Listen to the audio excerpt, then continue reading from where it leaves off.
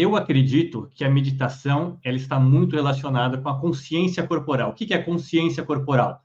Você ter a consciência das sensações do seu corpo, da sua própria percepção, é um nome científico que se dá, de onde está, do que você sente no seu corpo, de como você lida com as sensações. Por quê? Porque o corpo se for ver, é a nossa única ferramenta que está sempre no presente.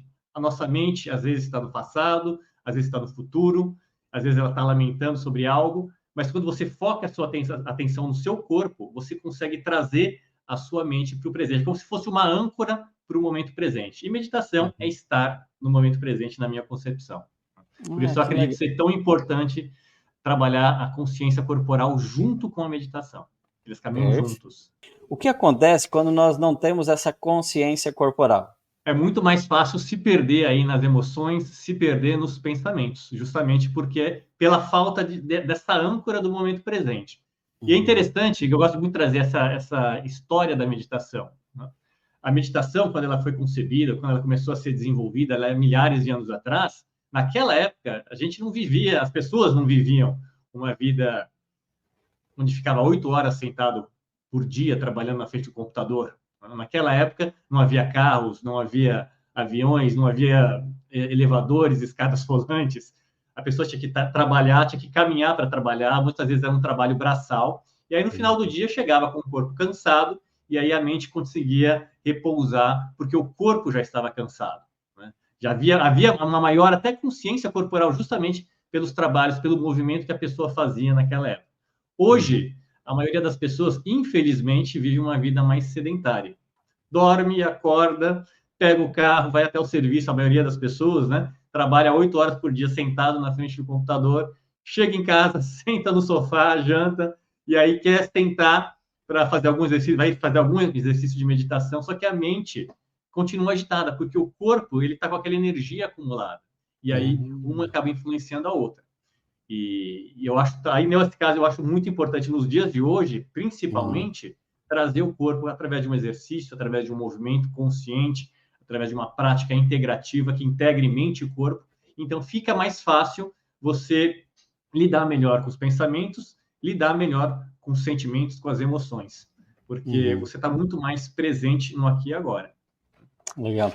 Dá para perceber no corpo o que está acontecendo na mente e nas emoções, é isso? Seria mais ou menos essa ideia? Sim, também, né? É uma via de mão dupla. Muitas vezes a pessoa que está com a mente agitada, o corpo também às vezes começa a ficar agitado. Aquela perna que ele fica balançando, né? O pé que fica balançando, a mão que fica batendo na mesa. Então, a mente e o corpo estão integrados, são uma unidade, e um reflete, um influencia o outro. Eu acredito também, por exemplo, inteligência. Muito se fala hoje sobre inteligência emocional, sobre aprender a lidar com as emoções. Eu não acredito que é possível ter inteligência emocional sem consciência corporal. Por quê? Porque as emoções, os sentimentos, elas se manifestam através do nosso corpo, através de sensações. Muitas vezes, quando a pessoa sente, eu estou ansioso, eu gosto de perguntar para a pessoa, de questionar. Mas como você sabe que você está ansioso, que você está ansiosa? Que prova o seu corpo está te mostrando que você está sentindo ansiedade, que você está sentindo raiva, que você está sentindo tristeza ou alegria. Algumas emoções são mais fortes, né? Elas são mais viscerais. A raiva, a pessoa sente um calor, a pessoa sente um retesamento das mãos, né? O medo, vem aquele frio no estômago, a pessoa começa a tremer. Então, algumas emoções são mais fáceis de você perceber no corpo, outras são mais sutis.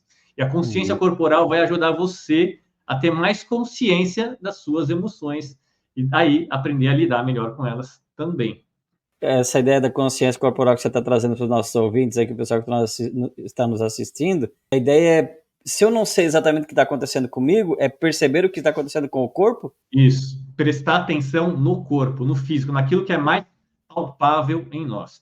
Há diversas linhas que falam dos veículos de manifestação da consciência, né, dos canais de manifestação. Corpo físico, corpo emocional, corpo mental, corpo energético. Tem linhas que falam em 12 corpos, aí a gente tem que imaginar esses corpos, né? Eu gosto de ficar no básico. No físico, no emocional, que são as emoções, no mental, que são os pensamentos, no energético, que seria o calor que o nosso corpo emite. Esses 4 a gente consegue perceber de forma mais palpável. E de todos eles, o mais palpável é o corpo, é o físico, é a nossa manifestação física. Então, eu percebo que é o caminho de entrada, fica muito mais fácil. Você está com a mente agitada, mexe o corpo, começa a sentir mais do corpo. E aí você vai trazer a sua mente para a sensação e você vai perceber que os pensamentos, naturalmente, eles vão diminuindo ou eles vão ficando com um espaçamento maior. Você não vai dando tanto valor, tanto peso nos pensamentos, porque você está mais presente, integrado no seu corpo físico. Legal. Eu gosto muito dessa metáfora, né, do corpo como uma âncora. E é por isso que muitas práticas, como yoga, as artes marciais, principalmente japonesas, chinesas, têm a meditação muito alinhadas com elas. São práticas físicas, são práticas corporais, que integram com esse conceito de estar presente, de estar no aqui e agora. Quais são os benefícios que a gente pode ter tomando mais consciência do corpo, ou tendo essa consciência corporal? Então, primeiro, você vai saber o seu limite, você vai conhecer o seu limite. Muitas vezes as pessoas não sabem nem o limite do próprio corpo e aí se machucam quando vão praticar alguma atividade física, às vezes na academia. Segundo, aprendem a conhecer melhor as próprias emoções, como o que eu estou sentindo é raiva, porque ela sabe como que a raiva está se expressando, é medo, ela consegue nomear mais, porque já tem pistas muito mais palpáveis presentes na sua percepção, na sua consciência. Ansiedade, por exemplo, é algo interessante, que é um sentimento, e se manifesta no corpo, às vezes, de formas diferentes para pessoas diferentes. Algumas pessoas sentem um pouquinho mais na garganta, um aperto, outras sentem um pouquinho mais no estômago. Então, é importante a pessoa perceber nela como esse sentimento de ansiedade se manifesta. E aí aprende a lidar melhor com isso também, porque um outro ponto importante da consciência corporal é a consciência da respiração. A respiração faz parte da consciência corporal. Então, você estar consciente da sua respiração é também consciência corporal. E aí é interessante que quando você toma consciência da sua respiração também, você consegue influenciar de forma indireta a sua frequência cardíaca, por exemplo. Está tudo muito ligado, o nosso coração com a nossa respiração. Então, a gente não consegue diminuir a nossa frequência cardíaca apenas com um simples comando mental, mas a gente consegue, de uma certa forma, administrar a nossa respiração, diminuir o seu ritmo, diminuir a sua velocidade, e aí, por tabela, por consequência, o coração também vai seguir esse ritmo junto com a respiração. Então, você vê que a consciência corporal não envolve só o movimento físico, mas envolve também a respiração, que é também a base de muitas práticas meditativas, a própria respiração. Exato. Um tema interessante esse que você trouxe aqui de consciência corporal para os nossos ouvintes, que é, às vezes, eu já me percebo em algumas situações como pequenos, ou com as pernas, ou com as mãos. E o que eu mais presto atenção é que me parece que se a gente não tomar consciência disso, vira um hábito e que depois lá, de uma certa idade, fica aquele movimento repetitivo sem a pessoa se dar conta. Né? Isso pode ser um jeito com a boca, com as mãos, e a pessoa acaba isso se tornando até uma doença, sei lá, uma outra coisa. Isso pode acontecer também? É um transtorno, né? Pode acontecer, mas é porque é pela repetição. Né? A repetição se torna um hábito, se torna um vício corporal, um vício físico. E aí, como fazer para mudar? Se não tiver, na verdade, se não estiver atrapalhando a pessoa, né, não tem problema nenhum. Às vezes não está atrapalhando aquilo lá. É um mecanismo de escape da nossa mente de manifestar essa energia através do corpo, através daquela batida, da perna agitada. Agora, quando a pessoa percebe que estou com a perna batendo no chão, ela para, pode ser que venha um desconforto aí. Né? Aquela energia, parou, que estava sendo descarregada através do movimento da perna, e agora ela está presa ali. E aí eu gosto de transformar isso, desse desconforto, agora leva isso para a respiração. Né? Como você consegue soltar esse desconforto com a respiração, e a respiração fica mais lenta, e aí ela consegue lidar melhor com esse desconforto. Interessante então, isso. Aprender a lidar com as emoções. Eu não gosto de falar de emoções negativas e positivas, porque eu não acredito que existam emoções ruins e boas. O que eu percebo é que existem emoções que são confortáveis para a pessoa e emoções que não são tão confortáveis, são desagradáveis, que ela não quer sentir aquilo. É muito desagradável, eu não quero sentir isso, eu quero fugir disso, e aí vai lá, toma um comprimidinho, toma um remedinho, e aí acaba se viciando também naquele remédio, acaba fugindo da emoção. Para mim, o próprio conceito de meditação é você enfrentar, você estar de frente, você se colocar de frente para as emoções, sejam elas quais forem, sem julgamento, e você, então, vivenciar aquilo plenamente. Vivenciar a raiva, vivenciar a tristeza, vivenciar o medo, vivenciar a alegria.